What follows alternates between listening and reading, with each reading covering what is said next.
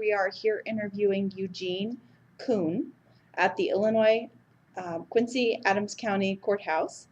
Mr. Kuhn, you are how old today? 69. And you were born what day? 7/17/44. My name is Katie Ambler, and I'll be the interviewer. Mr. Kuhn, could you state for the recording what war and what branch of service you served in? I served in the Army in Vietnam. Okay. I was in transportation. And what was your rank? E5 when I got out.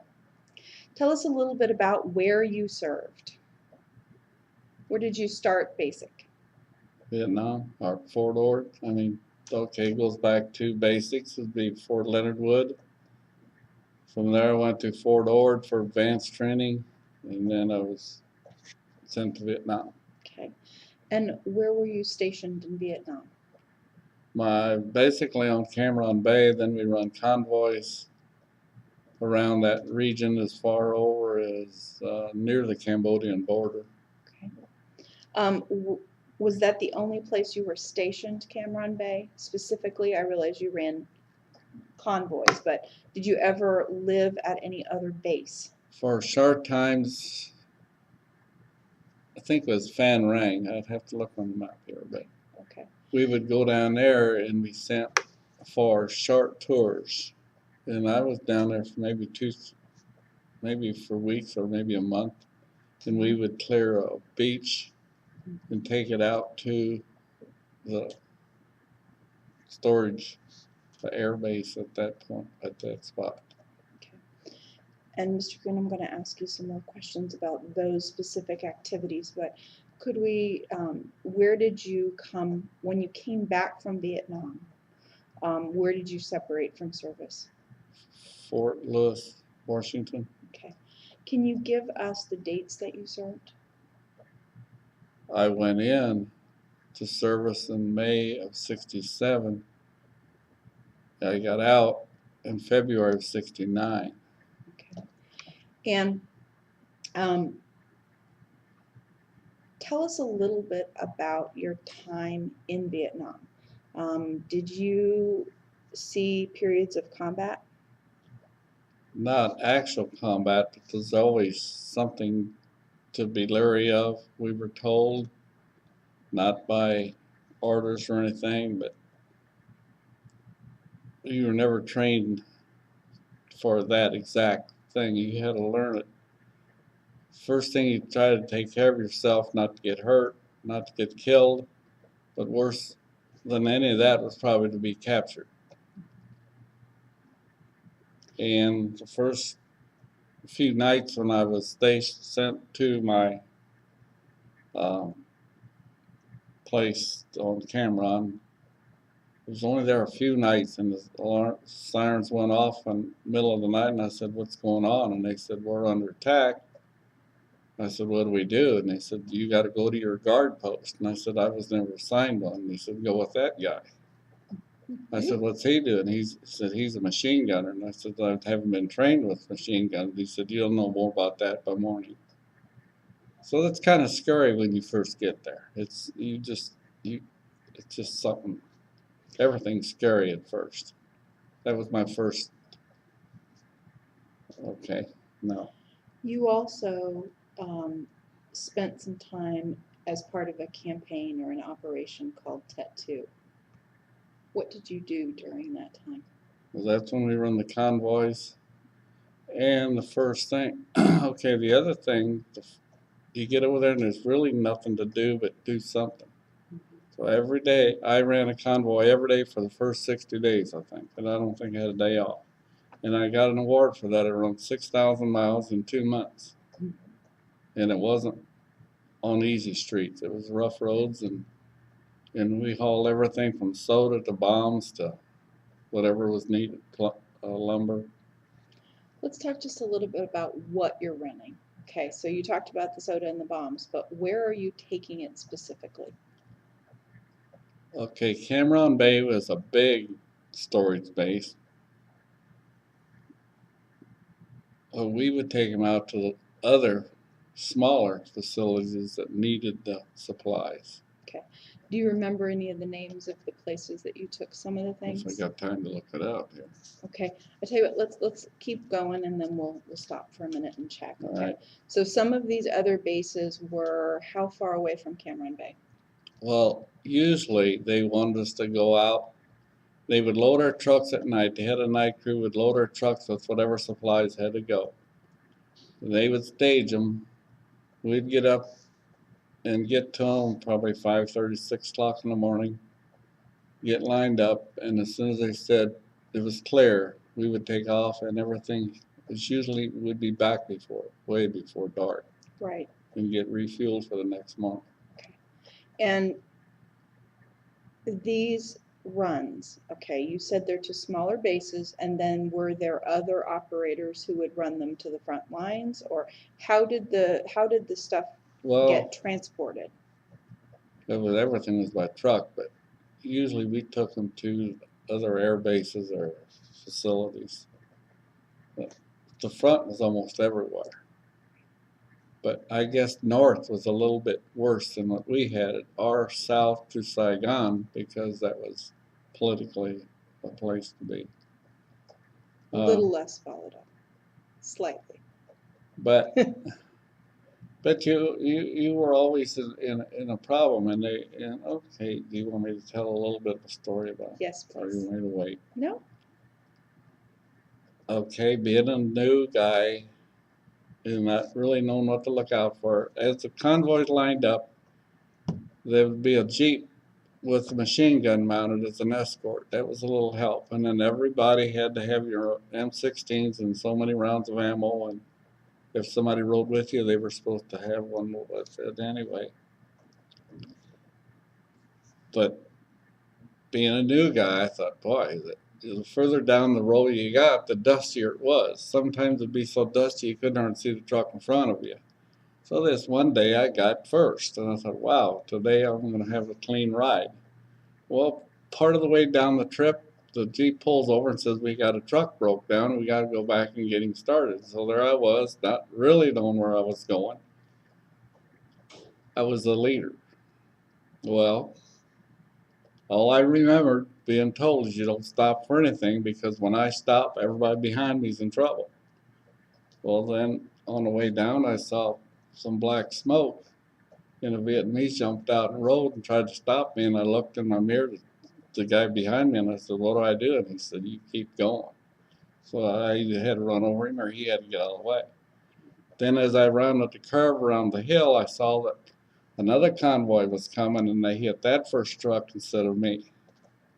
So that's that. Were there casualties within your unit? There was a couple of them. What kind of And casualties? well, when I said that short time I was sent down to, I think it was Fan Rang, we would haul at nights. And is during that time or something, one of the fellows got a rocket put in his truck. And the only thing that saved him is the fact that his gun jammed and he had to just hide in the weeds. Otherwise, they'd have captured him. Because if he'd have tried to fight, they'd have found him. So I was lucky again because it wasn't me. If that's what you call luck. Yeah. You were never a prisoner of war, right? No. Okay. And were there ever any other of those incidents where it got a little too close to home? Oh yeah. As time went on, but these two things happened when I first got there, and it's a little scarier. Well, we were on a convoy going over near the Cambodian border, and I forget the name of the town right now. Bambi-2, I think. What was it? I didn't hear you. Bambi-2? That's over. It's on here. It's okay. We'll look them up. Don't worry. In that convoy, there was 200 and some trucks. We had air support, tank support, and all kind of stuff. And every fourth truck was loaded with sand and a machine gunner. And I was glad to be following one of them. Nothing happened. I guess we were too well armed that time. For your time in service, were you awarded certain medals or citations? Yes, some. Okay. Do you know which medals they are? No, I'd have to read them off the paper. I know I got the accommodations medal and the time for serving in Vietnam, and I got a citation for that driving 6,000 miles in 2 months. But I was just used to doing what had to be done. You received a Republic of Vietnam Gallantry Cross with a Palm Unit citation, right? Yeah, I did. Okay, and your veteran VSM medal or Vietnam Service Medal has a silver star. Okay. Okay. um, while you were in Vietnam, were you ever able to be immersed in the culture of the places that you were stationed? We did not too much, but we did. I did like to talk to some of the people, but now I felt really sorry for them to the point I knew I was going to be there a year, and I knew if I survived, I'd get to go home.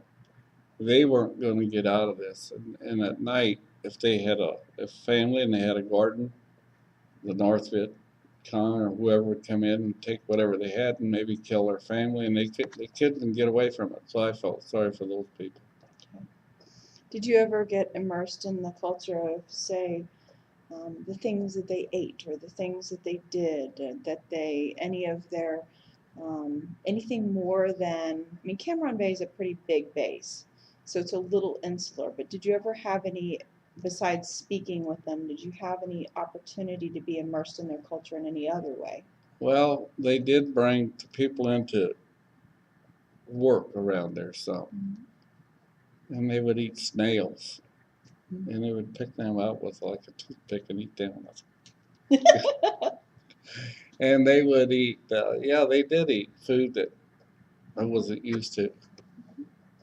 And they did do things that when we got out on convoys, we could see how they traveled. If the bus, by bus, I mean, it was a little tiny thing, it would have people hanging all over the sides to get down the road. They didn't, just whatever they had to do. And they would ride their little motorcycles and things. And some of them would be on a little horse and cart. These buses you're talking about, these ways of travel are civilian, right? Yeah. Okay. Did you bring any mementos back with you? Well, I guess what I could. I mean, if I'd have thought, I'd have brought a lot more. But I have a little Vietnamese flag. I didn't bring it today, but What else did you bring home that meant something to you? I brought a dowel. Because my wife loved it. Of the Vietnamese girl in their dress code, the way they dressed, so that little round hat, and it was nice, their culture. And I showed it to her, and she said, "That's okay, but that dowel will never set out on my shelf. Put it away." But now my daughter wants it. She said, "That's my dowel." So. Okay. Did you ever take part in any of the battle planning, any of the combat? I mean, were you ever a party to any of the planning or strategy with respect to any of these No, operations? we weren't involved in any combat. If there was anything, it was defensive at the time. And even the convoys, I didn't have much to do with that. In the port and beach clearance, when I got to that point, it was my job to keep track of the trucks, so if they got hung up too far, I would keep tabs on their time so we knew where they were at. And I don't know, I think there was probably 30 or 40 trucks a day. And we had a pier. One pier was for nothing but ammo.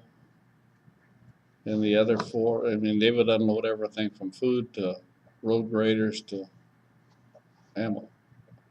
There's 5 piers and one beach for port and beach clearance. I want to interrupt you for just a second. Explain that to us. What do you mean by Port Beach clearance? Okay, as it was brought in, we had it distributed to the holding area, or like to the ammo dump, to the lumber, to the food, whatever, clothing, soda, and the kids would always be stealing stuff off our trucks. They'd steal it from us, then catch us when it's real hot and sell it back. Just loved those kids. But so this clearing the beaches is distributing the inventory as it comes in, or? It would come in be shipped in, and then it would be a load of all kinds of cargo. So we had to take it to the proper storage. I got it. So the ship comes in and dumps the cargo on the beach-ish. Actually, on Cameron Bay, on the 5 piers, it would just pull up next to the pier, and it was real loading facilities, and there was so much time allowed to unload a ship. What happens if you fail to do it in the amount of time That given? wasn't my problem. We just did our part of it. Okay. I mean, the higher ups had to worry about that stuff. Okay. How'd you get along with your other soldiers, fellow soldiers? Actually, we had a pretty good time most of the time. I mean, we were all the same. At times, I know one young fellow came in, he was in infantry, and he was brought in for some R&R, I suppose. And in our little company area, we had our little water hole where we'd have our beer and evening relaxation. And he seemed okay. I'd say he was probably 20 years old. But he was an infantry, and that's different. You just and then he was telling about he got a Dear John letter from his wife, and he said, "Well, it doesn't matter." And I just, then after he drank a beer, then he began to realize it did matter to him. That's another side of a war that you hear about infantry and you hear about the battles, but this is a part of war that's really bad because you can't get over that. Did you yourself feel the pressure, the stress, or the anxiety of the conflict? Well, I think everybody does. How'd you deal with it? Well, I had my wife waiting on me, and I knew she was waiting. I got a letter every day possible, and she got one from me, no matter what it said. And that's okay. So I was okay on that part. Is that your form? I mean, did you keep a diary separate, or were your letters did they take that place? I guess that took the place because I didn't keep a diary. But you took quite a few photographs. Yeah, and I would have had more, but somebody stole my camera. During service? Yeah. We parked, we were in a convoy, and I knew who did it, but you don't cause a big fuss when everybody's carrying a gun with you. And he said, he had a guy that said, no, he didn't do it. But we knew that was the only person around. But that's just one little thing that would irritate you. Okay. What are a couple of your most memorable experiences from that time? Well, going to Hawaii on R&R. Just meeting friends, and it's amazing how much, even the situation that you're in, that at times you still, I got pictures. We would have cookouts, we would have parties there, so to speak.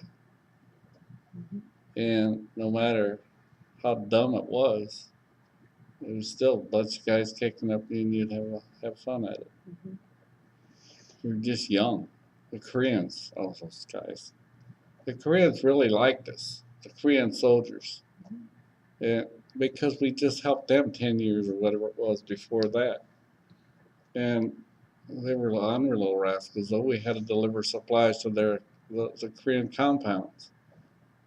And I remember once we drove out at leaving, and they waved, a real friendly wave. And and they had their cannons pointed out over the road and into the mountains. And just as my truck got right under his cannon, give me a big friendly wave, and he pulled the trigger, and my truck, I think, bounced off the road.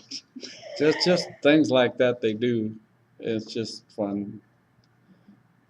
Kept it a little bit lighter. Yeah, and then they thought they knew karate, and just typical. We were young kids, do stupid things. So, Mhm. Besides the letters that you wrote daily to your wife, how else did you keep track of your family? well, that was about it. Because one time through the year, they would give us a radio contact.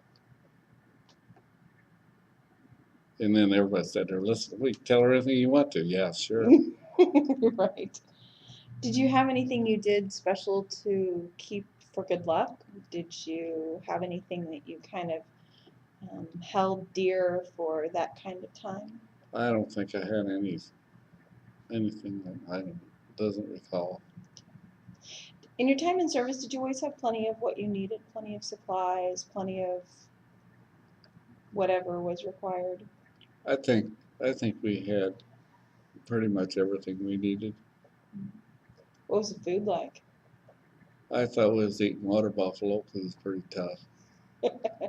Do you have, besides that, was it, powdered eggs and No, we didn't have it because we weren't infantry. We were always in a pretty much secured area at night. And very seldom did we have to stay out overnight.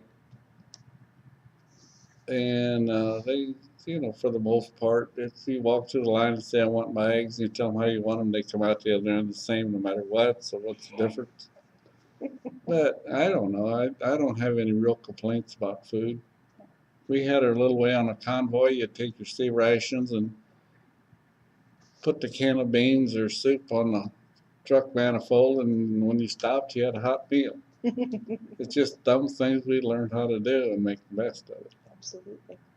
You mentioned a little bit about having some time in the evening to spend with your fellow service people. How else did you entertain yourself? I don't know. Jeff Tell stories.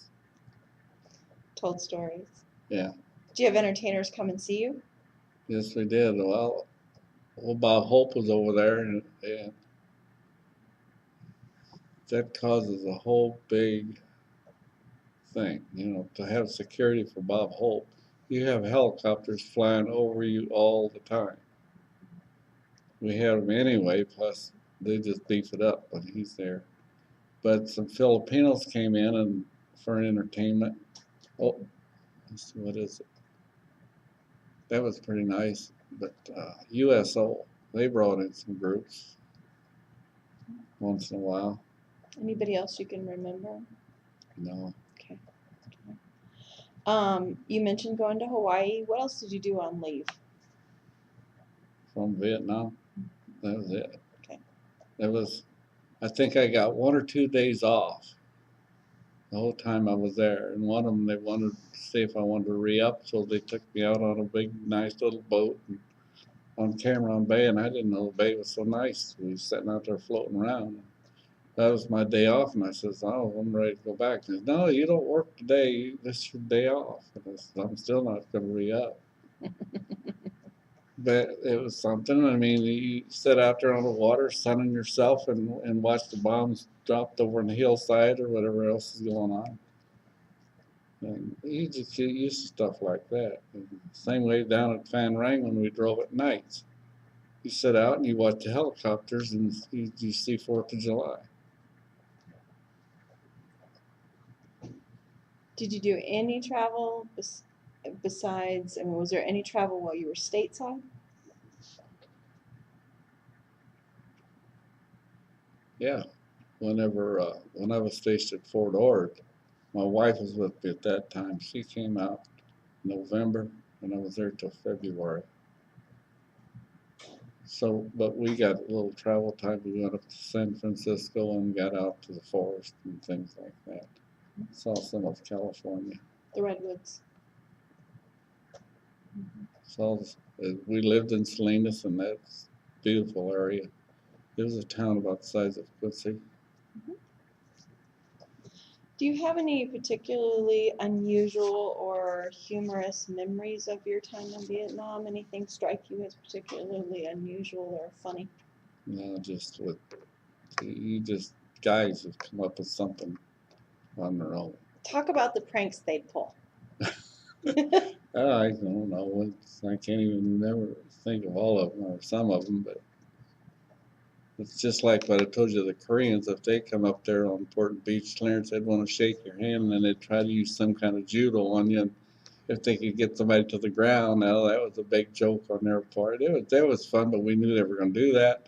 And it was fun if we had to deliver cans to an Australian compound to meet them and their different the way they would do things. That was interesting. And no matter what they thought or how they thought about it, you still had you watch out for them and they watch out for us. We still had one goal, and that was to watch out for each other a little bit. You brought some photos today that they're scanning. Is there anything that you want to be sure that we know about those photos? About the photos?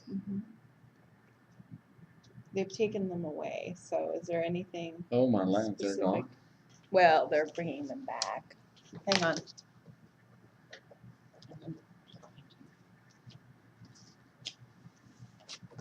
Oh, there they're back already. So they got what they wanted out of there. I believe so. Is there anything about those photos you want to be sure that we keep track of? Well, it starts right here, all the way back in basics. I don't know. It really,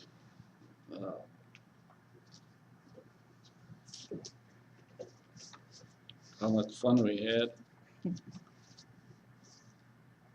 And I see this buddy of mine that I met at Fort Ord. He was from he was from Parks, Arkansas is his exact address. For some reason, we just hit it off. And you can see that he looked just like Andy Griffith. And he was everybody's friend. And somehow we made friends.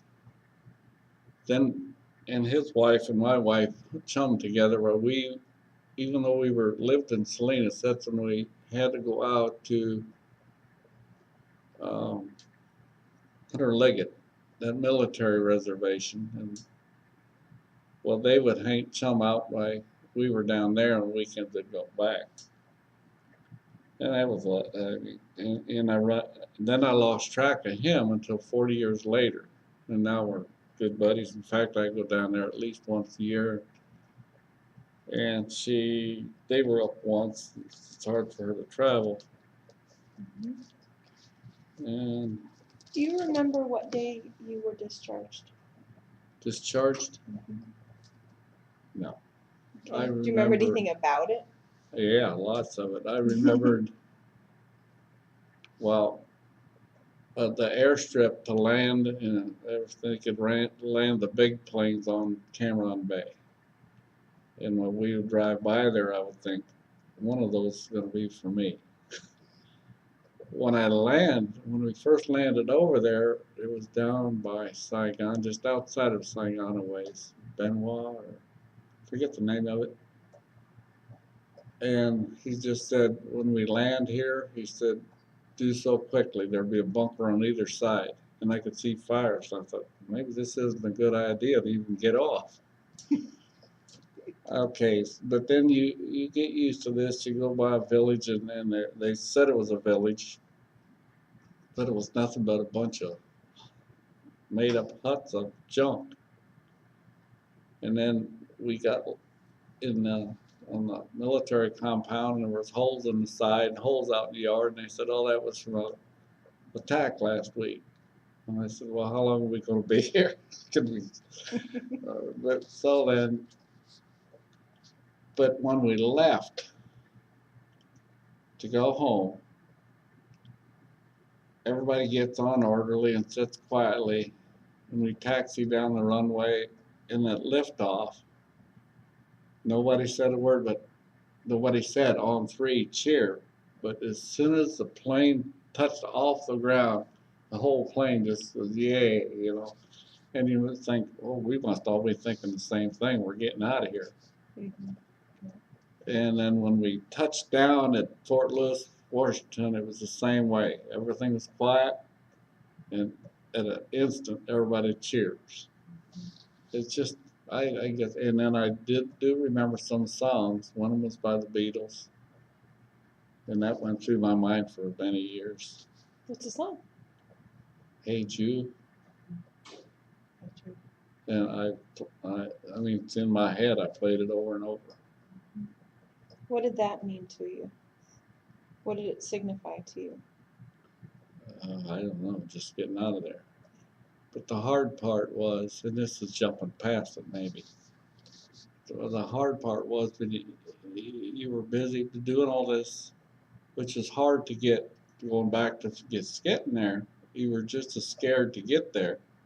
And now, 2 or 3 weeks before, I heard shots ring out and all this and that. And then I thought, I think I'm going to make it through this. I better be careful. And you just start thinking, getting scared again. But it's weird. When you returned, what did you do with your time? What did you do with your days and the weeks after discharge? When I just got back, well, that's just okay. That's what I was gonna say a little bit ago. Just like it's hard to get your mind programmed to be there. All of a sudden, you land, you're let go, and you think, "What do I do?" And I'm thinking, you know, it'd probably been better if they let me go right away. It'd probably been better if by chance of luck you'd have just been let down a little bit at a time. Did you go back to school? No. What did you do directly after service? Well, I had a good job going into it, but because I hurt my back, I lost that. But then I just went on. It took me a little bit. I guess you kind of get messed up. You don't even know. How long did it take you before you felt like you were integrating better? Well, I guess because my wife wouldn't let me sit around too much, and she'd give me reason to do things. And so I eventually I got a different job and did the best I could. It was never as good as, but yeah, well, all right. What did you do? What was your profession when you came back? I was a truck driver when I went over. That's why they put me in transportation. Then I ended up driving a truck again for a while. Then I got a small farm, and then I worked construction and this everything, anything I could get a hold of. And then I ended up out at Huck's for the last 26 years. And Then what I did you do retired. there? What did you do out at Huck's? Build cabinets and You never used the GI Bill. what? You never used the GI Bill. I don't think so. Okay. You talked about the fact that you made a lifelong friend in service. Do you ever attend reunions? No, just he and I get together. Do you have any other friends that you still see? Yeah, the one that my wife lived with the Hemmings, with Bonnie. So we were still friends. We were friends before that, and we're still friends now. And they live locally? Yeah, they live here in Quincy. Okay. In fact, I'm surprised he don't get in on this. You better talk to him. He probably will. Okay. Are you hold any memberships with any kind of veterans organizations? Do you belong to any of the veterans groups? Yeah. Which ones? What are some of the groups? Well, there's VFW and DAV. DAV, I'm a lifetime member of. Okay. And then there's the American Legion. And But there I don't is know. I work with some of these, but I don't know if I ever joined a bunch of them. how do you feel like the service or the experiences that you had in service affected your life? Well, a lot affected them. Because first place you know, I was set, I had a good job, so I had to start all over. But then I do have a lot of memories and a lot of experiences that I probably you wouldn't get it anyway, any other way. Has anyone ever thanked you for your time in service? Well, the last few years, up until then, in fact, I I got injured over there, and I never even went for any compensation or anything until a friend of mine said I should get out and talk to the veterans group, and I did. And then they told me what I all got, what I should have, and so by the time I retired, I started getting my benefits. That's good. How did when they began to say thank you, the public and fellow service persons, how did that make you feel? I do what? How did it make you feel when people Well, began to say thank you? I guess the first time I really thought anything about it when they had the Veterans Day parade here in Quincy. And I had my cap on. My wife got me a cap that said Vietnam veteran. And I went walking down the sidewalk, and some lady said thank you. And I looked down and said, what did I just do for anybody? Then I realized. How did your military experience affect how you think about war or military generally? Does it affect how you feel about the big picture of war? No, that's politics. And that's I can't just like when I went there, I did my part the best I could, and I have to let the politics take care of itself.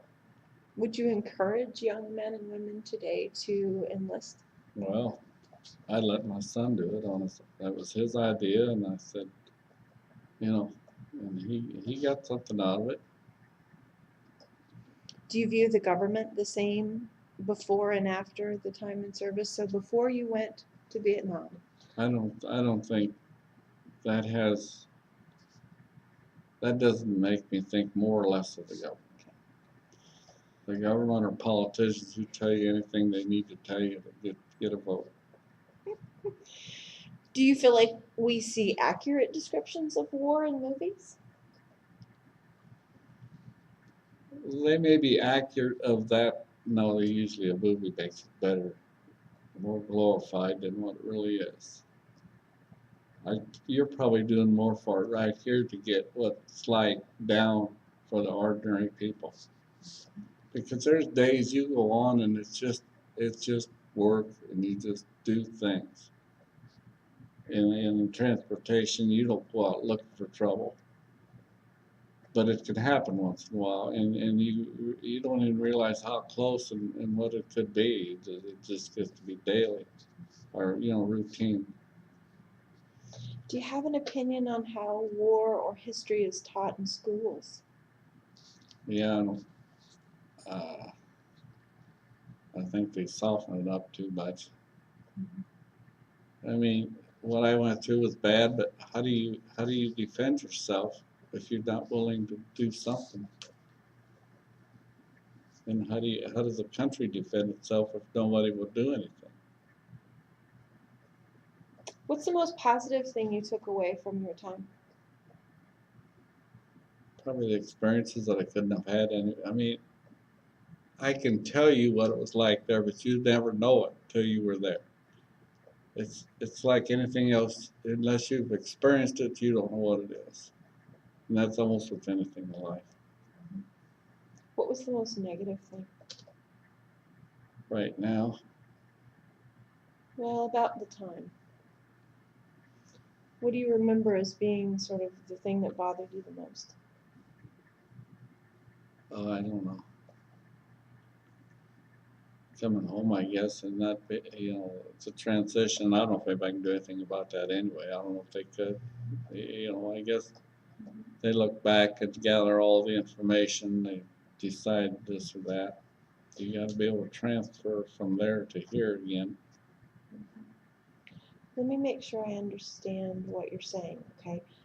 Are you saying the transition meaning, because Vietnam was a time of very high political unrest, Yeah. and we had a lot of people come home with bad You- experiences. no matter what they told me, you want to stay or do you? They made it sound like I had a choice. If I want to ask questions and see how you're doing, you're going to stay in here a while. Well, who wants to say, oh yeah, I want to stay here? So that my choice was to go home where I wanted to be or stick around. So then we were just shoved out and like there's nothing to be done about it. And the time period from when you touched off the ground out of Vietnam, came through Fort Lewis, and saw your wife was a really short period of time. How long? Well, let's see. She was at Fort Lewis. In fact, I flew from Fort Lewis to St. Louis, then back to Quincy, and then it's really hard there again to sinking in that you're actually home. It takes a little while. And then she noticed, street lights. I said, hey, there's a light, and it takes a little while to realize that's not a flare up there, it's a street light. Were there other things that caught you about being home like that? Things that it took a while to get used to being back home? No, probably not. I don't know. Because our life, my life was pretty full. And the unfortunate part, she just died of cancer a year and a half ago. Sorry.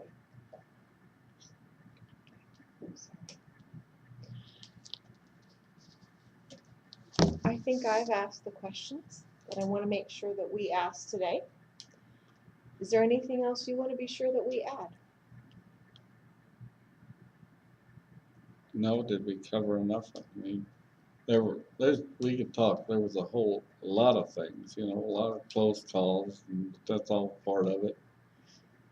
I want to be sure that the transcript reflects what was important to you, because this is about your time. So if there's anything else that we haven't talked about, that I haven't asked questions about, I want to make sure that we add that to the transcript. Well, I guess there was just one thing that we kind of breezed by pretty quick. Like on a convoy, we did have a breakdown. It was one of the few times we didn't get back at night. It's how quick. Okay, I think there was 3 trucks. One of them was being towed, and the sergeant and it was a narrow road with brush on every side, and they told us that if you ever get stopped, you're right there by the brush. They go for the driver. Okay, so I was in the driver's seat, and a 19-year-old kid was with me, and we pulled up on a bridge, and the sergeant said, Barrett, we were blocked. He said, we're getting ready for an ambush. And it was pitch dark, you can't see anything. And all I could see was these trees and something. And this kid jumped up on the hood of my truck, and I thought, oh, that ain't very good at all. But how much you can think that it's over. I just could hear the bridge blowing out from under me. But it wasn't what he thought it was, and we went on. But still, I thought it was over. And so times like that, don't take very many of them. Okay, I don't know what else. Anything else that you can think of? Any other feelings about the time? No, I think we'll end it. actually, nobody wanted to hear anything about it until lately. How'd that make you feel? Well, I don't know. Part of it's just life, I guess. But that's when my son got back. It's about the same time that I decided I would hang my medals on the wall because I didn't want him to think that what he did is bad.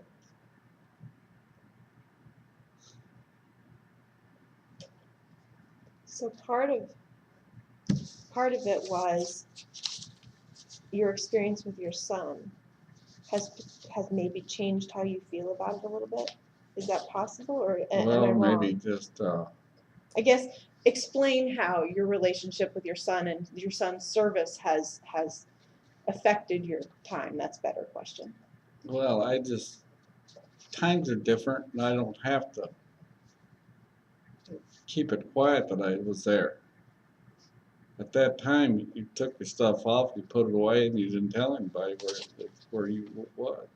You didn't say, well, I was over there, or it was just for 25, 30 years, you didn't tell anybody anything.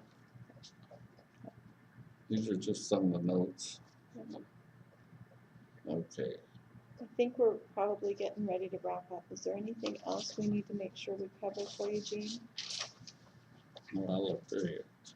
Okay. All right. Well, that's pretty much about the war part. The other part, like my wife, I mean, it would be nice if she was here. We lived a lot. We had 9 kids, and they all went. 2 died young, but they all went to college, and we just had it all to look forward to. But we didn't get to grow old together, so that's not part of the war. Well, that's a piece of it. She kept things running. Yeah. I really appreciate your time, Well, and I want to thank you for your service. all right. I think that's all.